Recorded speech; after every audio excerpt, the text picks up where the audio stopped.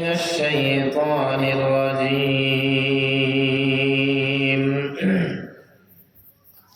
بسم الله الرحمن الرحيم.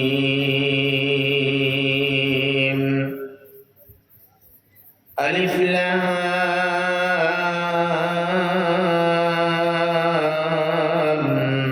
ميم.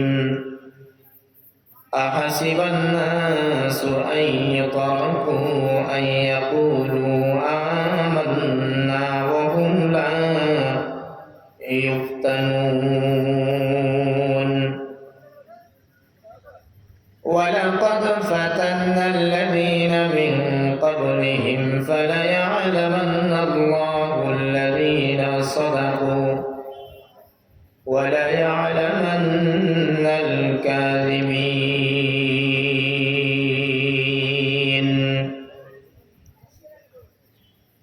وقال رسول الله صلى الله عليه وسلم: أشد الناس بلاء الأنبياء ثم الصالحون ثم أبدا، أو كما قال عليه الصلاة والسلام.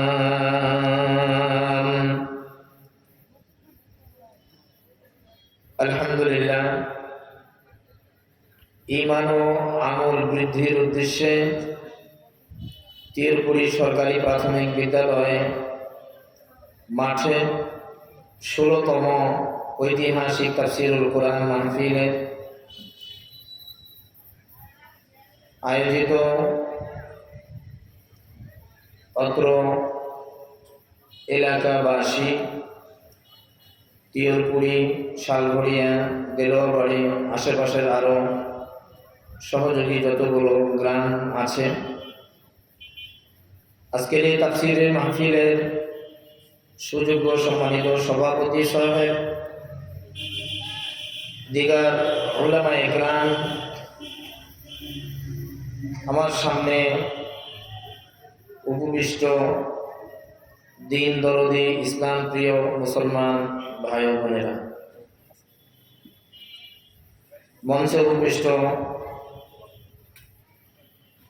উলামায়ে হযরত, আসুন আজকে এই সময় রব্বে কারীম দুনিয়ার সমস্ত কাজ কারবার থেকে আলাদা করে আমাদিগকে কোরআনের আলোচনার একটি জায়গায়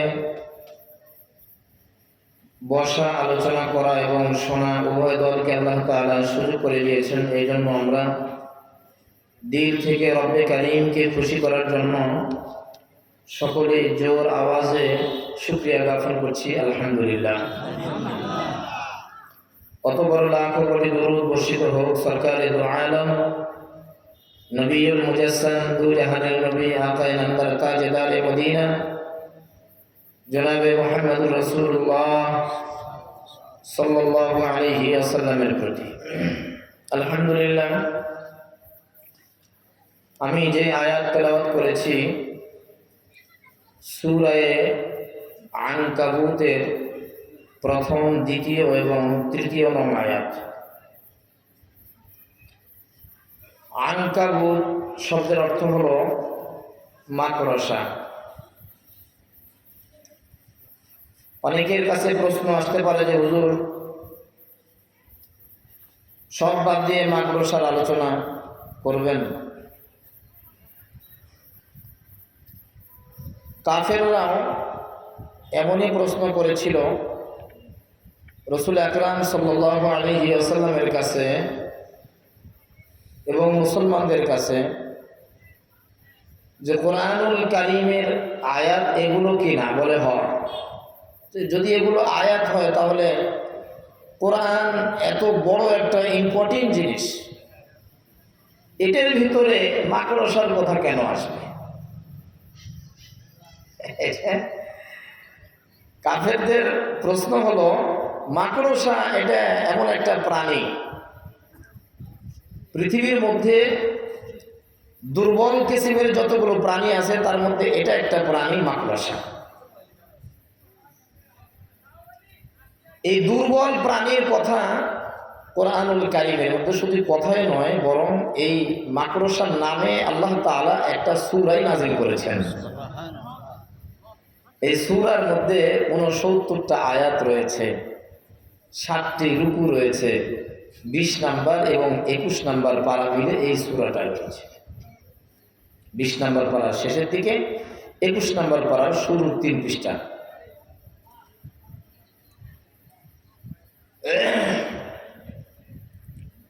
আল্লাহ তাআলা বলেন আলিফ লাম মিম। এর অর্থ আল্লাহ তাআলা ছাড়া কেউ জানেন না। আমরা অনেকেই অনেক সময় বলি কোরআনুল কারীম না বুঝলে পড়া হবে না, বুঝে বুঝে পড়তে হবে, অর্থ না বুঝলে পড়া হবে না, এমনটা ধারণা ঠিক না। আলিফ লাম মিম, আলিফ লাম র, কাফ হা ইয়া আইন সদ, শুধু সদ, শুধু নুন, এগুলো এক একটা আয়াত বললাম আমি আপনাদের কাছে। এগুলো আয়াতকে বলা হয় হরফুল মুকাত্তাআত। এই আয়াতগুলোর অর্থ শুধুমাত্র কেবলমাত্র একমাত্র আল্লাহ তাআলাই জানেন। দুনিয়ার কোনো মানুষকে, এমনকি আমাদের নবীকে পর্যন্ত এই আয়াতের অর্থগুলো আল্লাহ তাআলা বলে দেন নাই। এটা আল্লাহর কাছেই সীমাবদ্ধতা রেখেছেন, আল্লাহই ভালো জানেন এর কি অর্থ। এটা নিয়ে গবেষণা করে কোনো কুল কিনারা পাওয়া যাবে না। এই জন্য যিনারা বলে থাকেন যে কোরআনের আয়াত না বুঝে পড়া যাবে না, এটা ভুল। আপনি না বুঝলেও পড়তে পারবেন। আমাদের এলাকার, আমাদের সমাজের, আমাদের মহল্লার ছোট্ট ছোট্ট বাচ্চারা কোরআনুল কারীম মুখস্থ করে না। এরা কি বুঝে বুঝে মুখস্থ করে না না বুঝে মুখস্থ করে? তার মানে কি আপনারা বলতে চাচ্ছেন যে এই না বুঝে মুখস্থ করলে কি সওয়াব হবে না? হবে। আল্লাহর নবী বলেন আলিফ লাম মিম, এখানে 3টি হরফ রয়েছে। এই 3টি হরফ যে তেলাওয়াত করলো, একবার বললো, কমসে কম 30টি নেকি তার আমল নামায় আল্লাহ পাক দিয়ে দিবেন। আনকাবুত মাকড়সার কথা কোরআনুল কারীমের মধ্যে কেন আনা হলো? আল্লাহ তাআলা তা অন্য জায়গায় তুলে ধরেছেন। সূরা আনকাবুতের মধ্যে পরবর্তী আয়াতগুলোর মধ্যে তুলে ধরেছেন। আমরা আজকে ইসলামের শত্রুতা যারা করে, কারা করে, আল্লাহ তাআলা সেটাও কোরআনুল কারীমের মধ্যে পরিচয় করিয়ে দিয়েছেন। মান্নাউল লিল খায়র, আল্লাহ তাআলা বলেন যারা সৎ কাজে বাধা প্রদান করে, এদের পরিচয় অন্য জায়গায় তুলে ধরেছেন। আন কানা যা মালিন ওয়া বানিন, এদের পরিচয় দুইটা। একটা হলো এদের অনেক সম্পদ থাকবে, অবানিন, পাশাপাশি এদের সন্তান সন্ততিও বেশি হবে। মুফাসসিরিন ইকরামগণ এই আয়াতের তাফসিরে লিখেছেন বর্তমানে যাদের সন্তান কম আছে কিন্তু যারা কেডার বাহিনী, এরাই এই আয়াতের মধ্যে শামিল রয়েছে।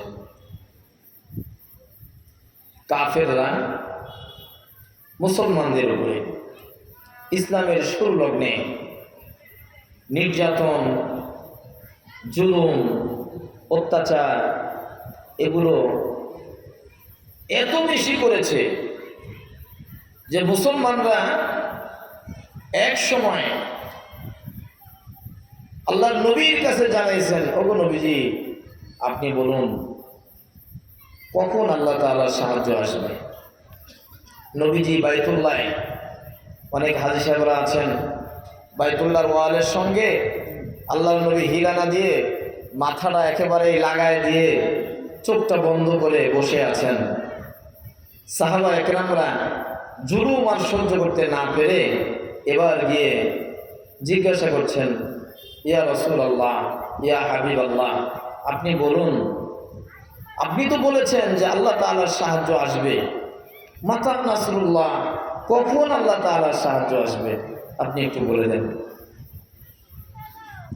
আল্লাহর নবী বলেন, আম হাসিবতুম আন তাদখুলুল জান্নাতা ওয়ালাম্মা ইয়াতিকুম মাসালুল লাযীনা খালাউ মিন ক্বাবলিকুম আম হাসিবতুম আন তাদখুলুল